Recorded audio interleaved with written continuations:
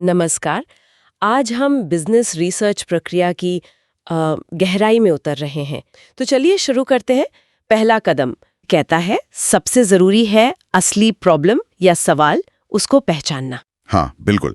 मतलब अगर आपका उद्देश्य ही साफ नहीं है तो फिर आप रिसर्च किस दिशा में करेंगे?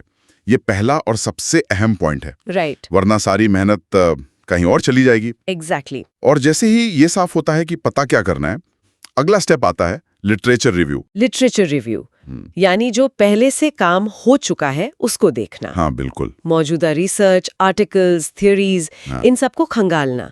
इससे ये पता चलता है कि भाई इस टॉपिक पर क्या क्या पता है और कहाँ जानकारी की कमी है, जिसको हम रिसर्च गैप कहते हैं। अच्छा। यहीं से हमारी रिसर्च की नींव पड़ती है।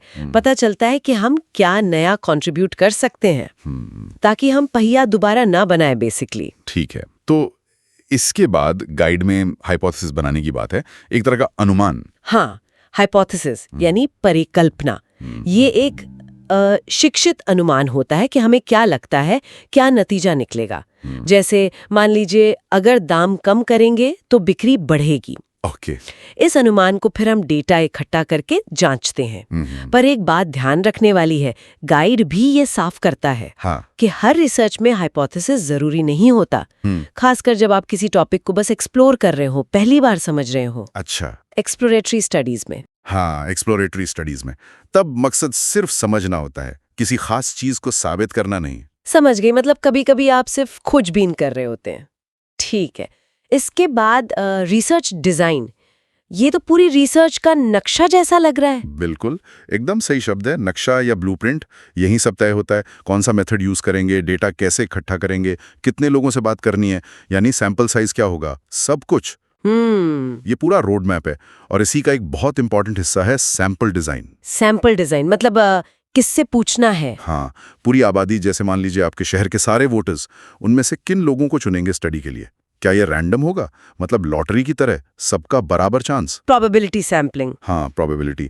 या फिर आप किसी खास आधार पर चुनेंगे, जैसे सिर्फ 18 से 25 साल की युवा, वो नॉन प्रोबेबिलिटी हो गया। अच्छा। और सही सैंपल चुनना बहुत क्रिटिकल है। गलत सैंपल चुन लिया तो सारे नतीजे गड़बड़। बिल्कुल, नतीजे भरोसेमंद नहीं रहेंगे। यानी किससे पूछना है ये उतना ही जरूरी है जितना कि क्या पूछना है। ओके, तो सैंपल तय हो गया। अब डेटा कलेक्शन, जानकारी इकट्ठा करना। हाँ जी, अब फील्ड में उतरने का या रिकॉर्ड्स खंगालने का टाइम है। ये आप सीधे लोगों से बात करके, सर्वे करके कर सकते हैं। वो प्राइमरी डेटा हुआ। हाँ, वो प्राइमरी डेटा। या फिर जो डेटा पहले से मौजूद है, जैसे सरकारी आंकड़े, कंपनी रिपोर्ट्स, वो सेकेंडरी डेटा। और गाइड इस बात पर जोर देता है, और ये बहुत जरूरी है, कि डेटा लेते समय एथिक्स का, नैतिकता का पूरा ध्यान रखा जाए। अच्छा, जैसे लोगों को बताना कि आप जानकारी क्यों ले रहे हैं, उनकी सहमति लेना, उनकी प्राइवेसी का ध्यान रखना। अगर लोग कंफर्टेबल नहीं होंगे या उन्हें लगेगा कि जानकारी का गलत इस्तेमाल हो सकता है, तो वो सही जानकारी नहीं देंगे या शायद आधी अधूरी दें। एग्जैक्टली। और गलत या अधूरी जानकारी से पूरी रिसर्च बेकार हो सकती है। डेटा की क्वालिटी बहुत मायने रखती है। डेटा प्रोसेसिंग और एनालिसिस, ये सुनने में थोड़ा टेक्निकल है। हाँ, थोड़ा सा है, पर इसे ऐसे सोचिए जैसे खाना पकाने से पहले सब्जी धोते हैं, काटते हैं। हाँ। बस वही है डेटा प्रोसेसिंग।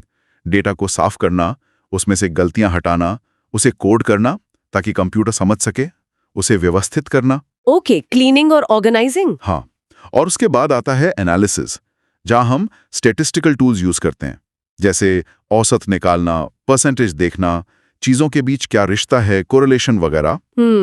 यहीं से पैटर्न वगैरह दिखते हैं। बिल्कुल, यहीं से हमें समझ आता है कि डेटा क्या कह रहा है, क्या ट्रेंड्स हैं, क्या इनसाइट्स मिल रही हैं।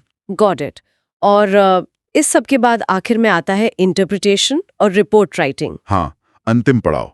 जो भी एनालिसिस किया उसका मतलब क्या है, हमारे शुरुआती सवालों के जवाब मिले या नहीं, क्या निष्कर्ष निकला, ये सब समझाना। और उसे एक रिपोर्ट में लिखना। हाँ, एक व्यवस्थित क्लियर रिपोर्ट तैयार करना ताकि दूसरे लोग उसे समझ सकें और उसके आधार पर कोई फैसला ले सकें। यहीं पर सारे डॉट्स कनेक्ट होते हैं। एनालिसिस सिर्फ नंबर नहीं है, वो एक कहानी बताता है।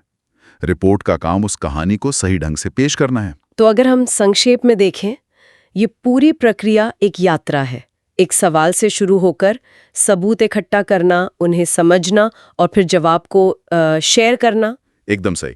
और गाइड यही कहता है कि हर कदम को ध्यान से फॉलो करने पर ही रिसर्च भरोसेमंद, वैज्ञानिक बनती है। ये स्ट्रक्चर ये पक्का करता है कि जो नतीजे आ रहे हैं वो हवाई बातें ना हो, बल्कि ठोस सबूतों पर आधारित हों। सही बात है। ये पूरी प्रक्रिया काफी लॉजिकल और स्टेप बाय स्टेप है। हाँ।